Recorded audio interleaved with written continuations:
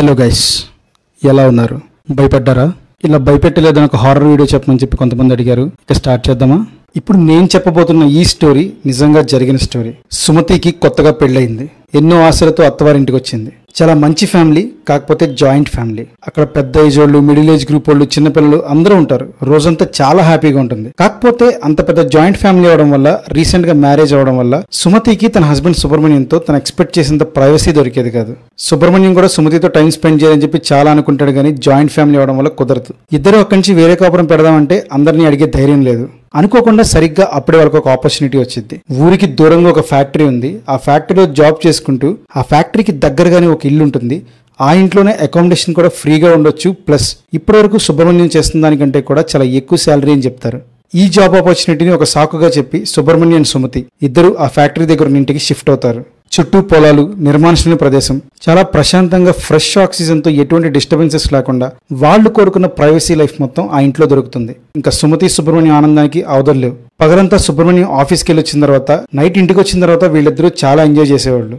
కూర్చుని కబుర్లు చెప్పుకునేవాళ్ళు, సరదాగా బయటకు వాకింగ్కి వెళ్ళేవాళ్ళు. ఇలా వాళ్ళకంటూ కొంత పర్సనల్ టైం ని స్పెండ్ చేసేవాళ్ళు. అలా ఆడుతూ పాడుతూ ఆనందంగా 3 నెలలు గడిచిన తర్వాత సుమతికి ప్రెగ్నెన్సీ వచ్చింది. సుమతి అప్పుడు సుబ్రహ్మణ్యంతో ఇలా అంటుంది, ఇంట్లోకి వచ్చిన వేళ విశేషమో ఏంటో తెలియదు కానివ్వండి, మనకి సంపాదన పెరిగింది, మన ఇద్దరి మధ్యన పర్సనల్ టైం కూడా బాగా పెరిగింది. అలాగే ఇప్పుడు నేను ప్రెగ్నెంట్ కూడా అయ్యానండి, త్వరలో మన అమ్మ నాన్న కూడా అవబోతున్నాండి అని చెప్పి చాలా ఆనందంగా ఉంటుంది. ఈ సంతోషం మొత్తానికి కారణం ఇల్లేనండి అని చెప్పి అనుకున్నది.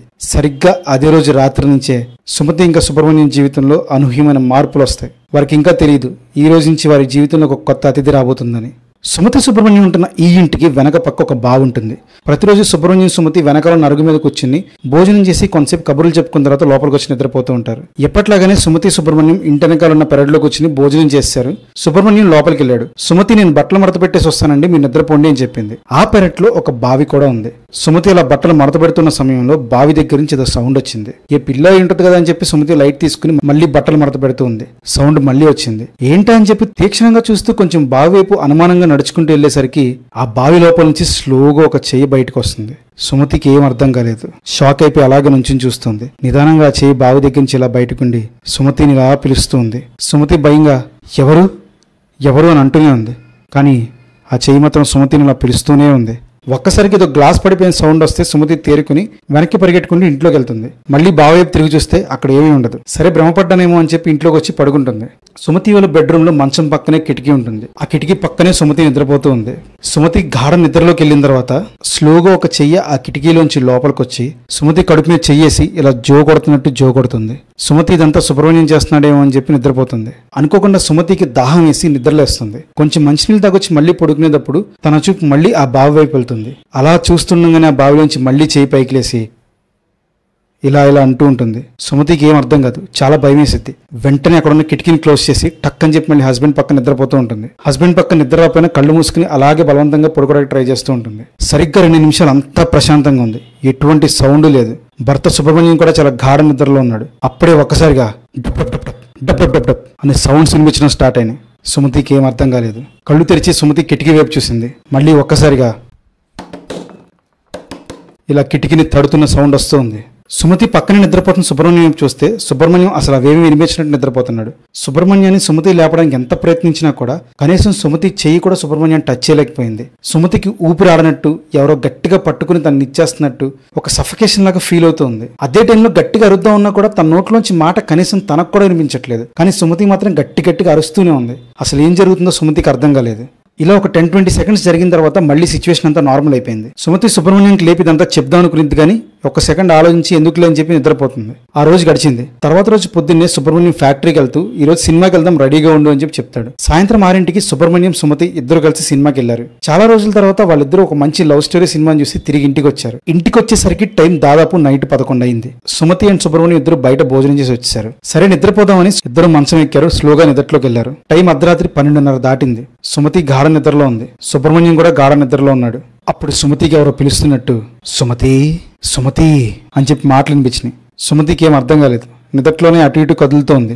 సుమతి సుమతి అని చెప్పి మళ్ళీ సౌండ్ వినిపించింది. స్లోగా సుమతి కళ్ళు తెరిచి చూసింది.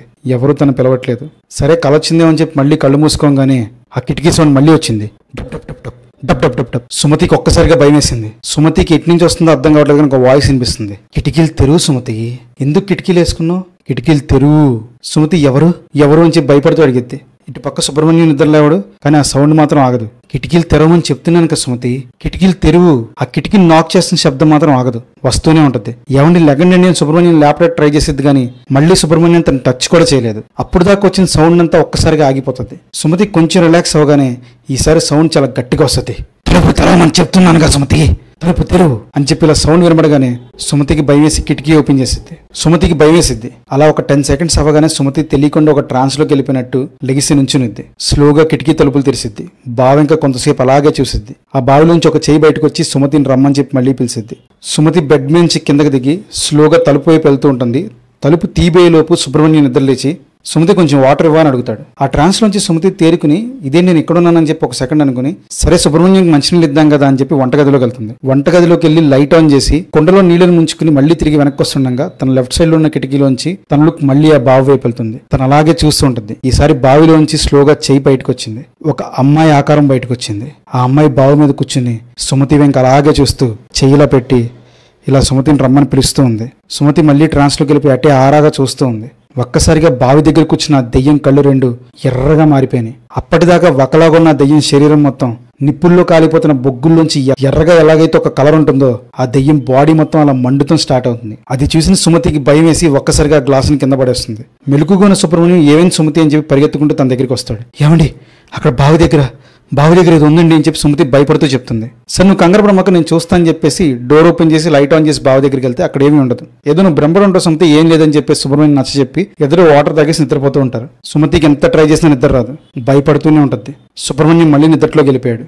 మళ్ళీ సుమతికి మాటలు వినిపిస్తాయి. సుమతి బయటికి రా సుమతి, పాపకు ఆకలేస్తుంది ఏమన్నా పెట్టు సుమతి, పాపకు ఆకలేస్తుంది సుమతి అని సౌండ్ వచ్చింది. సుమతికి ఏం అర్థం కాదు, చాలా భయపడుతూ ఉండిద్ది. అలా బయట నుంచి సుమతి రెస్పాండ్ అయ్యే వరకు సౌండ్ వస్తూనే ఉంటుంది. సుమతి తలుపు తీ సుమతి, సుమతి బయటికి రా సుమతి అని చెప్పి సౌండ్స్ వస్తూనే ఉంటాయి. సుమతికి చాలా భయం వేసిద్ది. చూడకూడదు అనుకుంటూనే కళ్ళు ఓపెన్ చేసి బావి వైపు చూడగానే మళ్ళీ అదే ఆకారం అక్కడికి వచ్చిన సుమతిని ఇలా పిలుస్తూ ఉంటుంది. సుమతి మళ్ళీ ట్రాన్స్లోకి వెళ్ళిపోతుంది. స్లోగా మంచం మీద దిగుతుంది. తలుపు తీస్తుంది. బావి వైపు అడుగులు అడుగేసుకుంటూ నడుచుకుంటూ వెళ్తుంది.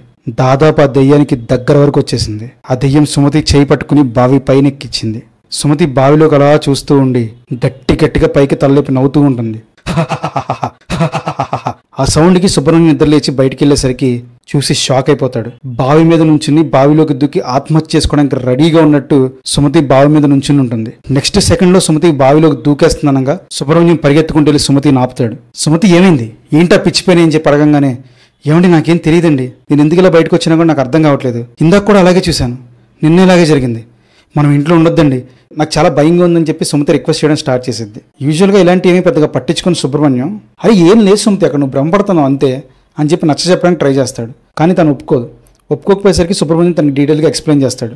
ఇప్పుడు నువ్వు ప్రెగ్నెంట్వి, మనకు ఖర్చులు కూడా ఎక్కువ ఉంటాయి, ఇక్కడ మంచి డబ్బులు వస్తున్నాయి కదా, మనం అనుకున్న సపరేట్ లైఫ్ మనకు దొరికింది కదా, ఇప్పుడు మళ్ళీ ఇక్కడి నుంచి వెళ్ళిపోతే మనకి చాలా ఇబ్బందులు పడిపోతాం సుమతి, కనీసం డెలివరీ అయ్యేవారు కానీ ఇక్కడే ఉన్నాం, ఒక 9 నెలలు కదా అడ్జస్ట్ అవ్వని చెప్పి రిక్వెస్ట్ చేస్తాడు. సరే అని చెప్పేసి హస్బెండ్ బాధను కూడా అర్థం చేసుకుని సుమతి అలాగే అక్కడ ఉంటుంది. ఆ రోజు గడిచిపోయింది. తర్వాత రోజు మళ్ళీ రాత్రి అయింది. ఇద్దరు భోజనం చేశారు. ఆ కిటికీ గట్టిగా వేసేసింది. ఈసారి సుమతి ఈ రోజు ఏదేమైనా సరే ఎట్టి పరిస్థితుల్లో దేనికి రెస్పాండ్ అవ్వకూడదని చెప్పి చాలా గట్టిగా కళ్ళు మూసుకుని నిద్రపోవడానికి ట్రై చేసేది. ఎంతసేపు నిద్రపోతున్నా సరే సుమతికి నిద్ర రాదు. సుబ్రహ్మణ్యం కూడా పగలంతా ఫ్యాక్టరీలో వర్క్ చేయడం వల్ల చాలా డీప్ స్లీప్లోకి వెళ్ళిపోయి ఉంటాడు. మళ్ళీ బయట నుంచి మూసున్న కిటికీని కొట్టడం, బయటికి రా సుమతి అని చెప్పి గట్టిగా అరుపులు, ఒక ఆడదాని ఏడుపు వినిపిస్తూనే ఉంటుంది. సుమతికి ఇంకా పిచ్చెక్కిపోతూ ఉంటుంది. ఎంతసేపు అలా సుమతి రెస్పాండ్ అయ్యే వరకు, సుమతి అటు తిరిగి చూసే వరకు ఆ సౌండ్ ఆగదు, వస్తూనే ఉంటుంది. అప్పటి వరకు భయంతో ఉన్న సుమతి ఒక్కసారికి ఇరిటేషన్ వచ్చి కళ్ళు తెరిచి అటువైపు చూసిద్ది. ఈసారి కిటికీకి బయటే ఆ స్త్రీ రూపం నుంచుని ఉంది. సుమతి కళ్ళల్లో కళ్ళు పెట్టి చూస్తూనే ఉంది. దా సుమతి అని చెప్పి ఇలా ఉంది. సుమతి మళ్ళీ ట్రాన్స్లోకి వెళ్ళిపోయి బయటికి వెళ్ళింది. ఒక్కసారిగా సుమతిని గాల్లో లేపి బావి వైపు తీసుకెళ్తూ ఉంది. బయట వరండాలో సూర్యుకి తగిలిచున్న ఒక చెంబు కింద పడింది. ఆ శబ్దానికి సుబ్రహ్మణ్యం లెగుస్తాడు. గాల్లో తేలుతూ వెళ్తున్న సుమతిని చూసి పరిగెట్టుకుంటూ వెళ్ళి పట్టుకుంటాడు. అప్పుడు సుబ్రహ్మణ్యంకి అక్కడ ఉన్న పరిస్థితి ఏంటో క్లియర్గా అర్థమవుతుంది. సుమతి చెప్పింది నిజమే, ఇక్కడ ఏదో ఉంది అని చెప్పేసి. తర్వాత రోజు పొద్దున్నే పక్కూరులో ఉన్న ఒక పెద్ద పూజారి గారిని ఇంటికి పిలిపిస్తారు. చాలాసేపు పూజ చేసిన తర్వాత ఆ పూజారి గారు దివ్య దృష్టితో అసలు అక్కడ ఏం జరిగిందో చూద్దాం కదా అని చెప్పి సుమతి చెయ్యి పట్టుకుని ఇంకొక చేతిని సుమతి కడుపు మీద వేసి కళ్ళు మూసుకుంటారు. ఒక్కసారిగా ధ్యానంలోకి వెళ్తే ఆయనకి అసలు ఏం జరిగిందో మొత్తం అంతా కనిపించింది. యాక్చువల్గా అంతకుముందు ఆ ఇంట్లో ఏం జరిగిందని చెప్పి పూజారి గారు చెప్తారు అంటే, ఆ ఇంట్లో చాలా సంవత్సరాల క్రితం ఒక ఫ్యామిలీ ఉండేదంట. ఆ ఫ్యామిలీలోకి ఎన్నో ఆశలు పెట్టుకుని సులోచన అనే ఒక అమ్మాయి కోడలుగా వచ్చింది. తన జీవితం అద్భుతంగా ఉంది. కాకపోతే కొద్ది నెలలు గడిచిన తర్వాత సులోచన వాళ్ళ అత్తగారు బాగా ఇబ్బంది పడటం స్టార్ట్ చేశారు. ఎన్నోసార్లు తన హస్బెండ్ కి చెప్పినా కూడా వాళ్ళ హస్బెండ్ కూడా పెద్దగా పట్టించుకునే వాళ్ళు కాదు. సులోచన చాలా మెంటల్ గా డిప్రెస్ అయిపోయేవాళ్ళు వాళ్ళ అత్తగారి టార్చర్ ని తట్టుకోలేక.